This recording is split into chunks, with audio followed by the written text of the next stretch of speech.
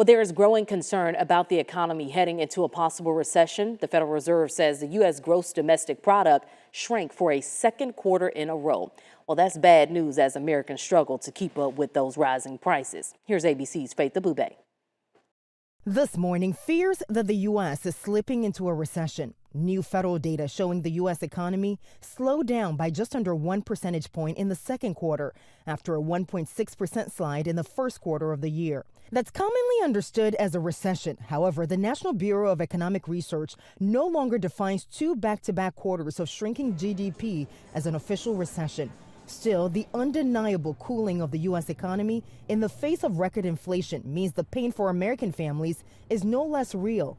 The average American now paying an extra $493 a month due to rising prices on everything from groceries to housing. This has been very stressful overall because everything's going up, but my paycheck. Wednesday, the Federal Reserve making a fourth attempt to tackle inflation and bring down prices, raising interest rates again by 0.75 percentage point, meaning it'll cost even more for Americans to borrow money.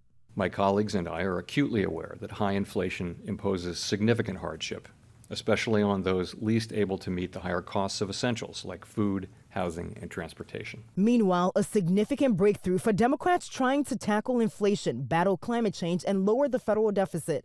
In a remarkable reversal, moderate Senator Joe Manchin announcing a surprise deal with Senate Majority Leader Chuck Schumer on a spending package. It would include a host of provisions, among them tax increases on big corporations and the wealthy.